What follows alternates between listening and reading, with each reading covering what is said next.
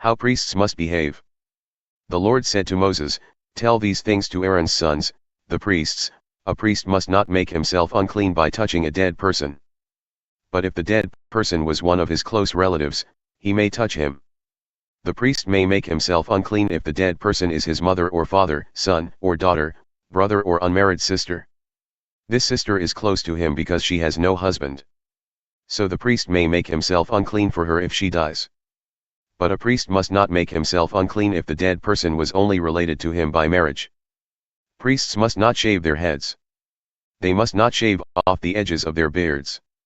They must not cut their bodies. Priests must be holy to their God. They must show respect for God's name. This is because they present the offerings made by fire to the Lord. This is the food of their God. So they must be holy. A priest serves God in a special way. So he must not marry an unclean prostitute or a divorced woman.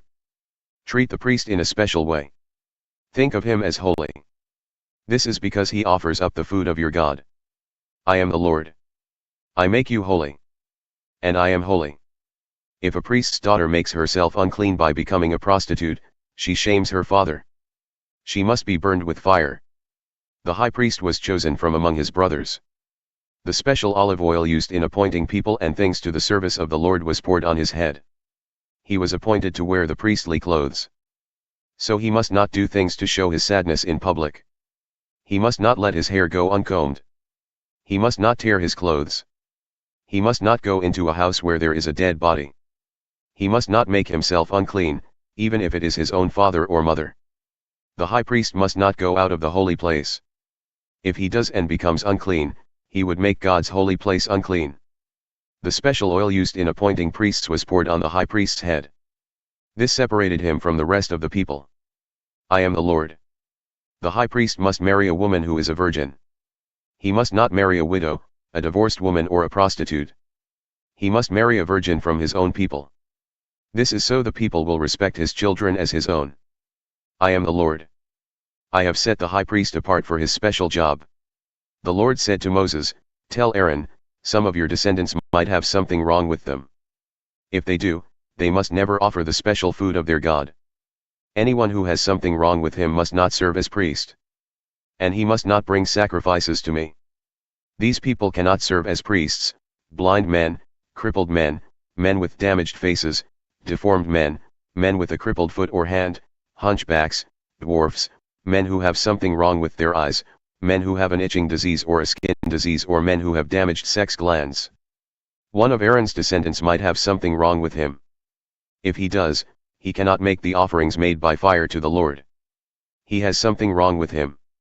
He cannot offer the food of his God. But he is from the family of priests. So he may eat the most holy food. He may also eat the holy food. But he may not go through the curtain into the most holy place. He may not go near the altar. He has something wrong with him. He must not make my holy place unfit. I am the Lord. I make these things holy." So Moses told these things to Aaron, Aaron's sons, and all the people of Israel. The Lord said to Moses, "Tell Aaron and his sons, the people of Israel will give offerings to me. These offerings are holy, and they are mine. So you must respect these offerings. This will show that you respect my holy name. I am the Lord." The people of Israel made the offerings holy for me. One of your descendants might be unclean and touch the offerings. From now on, anyone who does must be separated from appearing before me. I am the Lord. One of Aaron's descendants might have one of the harmful skin diseases. Or he might discharge a body fluid. He cannot eat the holy offerings until he becomes clean. He can become unclean from touching a dead body or from his own semen. He will become unclean if he touches any unclean crawling animal. He will become unclean if he touches an unclean person. It doesn't matter what made him unclean. Anyone who touches those things will become unclean until evening.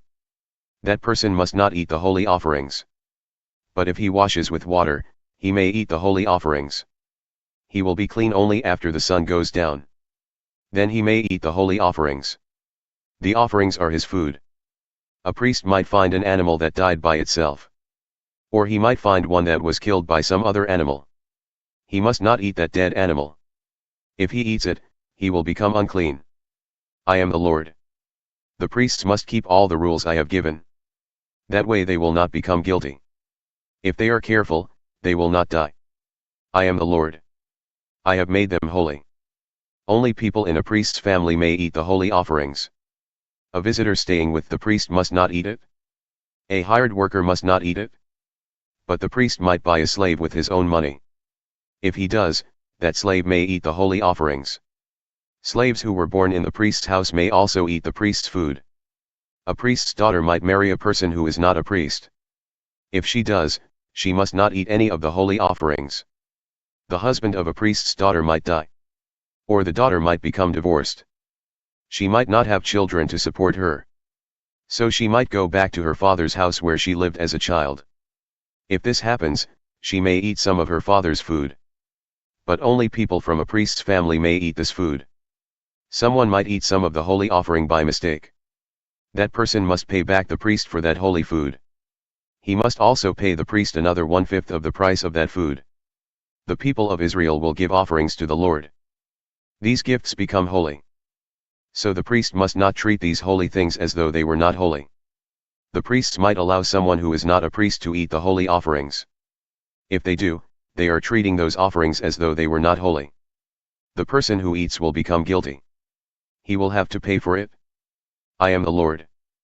I make them holy. The Lord said to Moses, "Tell Aaron and his sons and all the people of Israel, a citizen of Israel or a foreigner living in Israel might want to bring a whole burnt offering. It might be for some special promise he has made. Or it might be a special gift he wanted to give to the Lord. If he does, he must bring a male animal. It must have nothing wrong with it. The gift might be a bull, a sheep, or a goat. This is so it might be accepted for him. He must not bring an animal that has something wrong with it. It will not be accepted for him. Someone might bring a fellowship offering to the Lord. That offering might be payment for a special promise the person made. Or it may be a special gift the person wanted to give the Lord. It might be a bull or a sheep. But it must be healthy. There must be nothing wrong with it. This is so it might be accepted for him. You must not offer to the Lord any animal that is blind. It must not have broken bones or be crippled. It must not have running sores or any sort of skin disease. You must not offer any animals like these on the altar. They cannot be used as an offering by fire to the Lord. Sometimes a bull or lamb is smaller than normal. Or it may not be perfectly formed. If someone wants to give that animal as a special gift to the Lord, it will be accepted. But it will not be accepted as payment for a special promise the person made. An animal might have bruised, crushed, torn, or cut sex glands. If it does, you must not offer that animal to the Lord in your own land. You must not take such animals from foreigners as sacrifices to the Lord. This is because the animals have been hurt in some way. They have something wrong with them. They will not be accepted for you. The Lord said to Moses, "When an ox, a sheep, or a goat is born, it must stay 7 days with its mother. But from the 8th day on, this animal will be accepted as a sacrifice. It may be offered by fire to the Lord. But you must not kill the animal and its mother on the same day. This rule is the same for an ox or a sheep.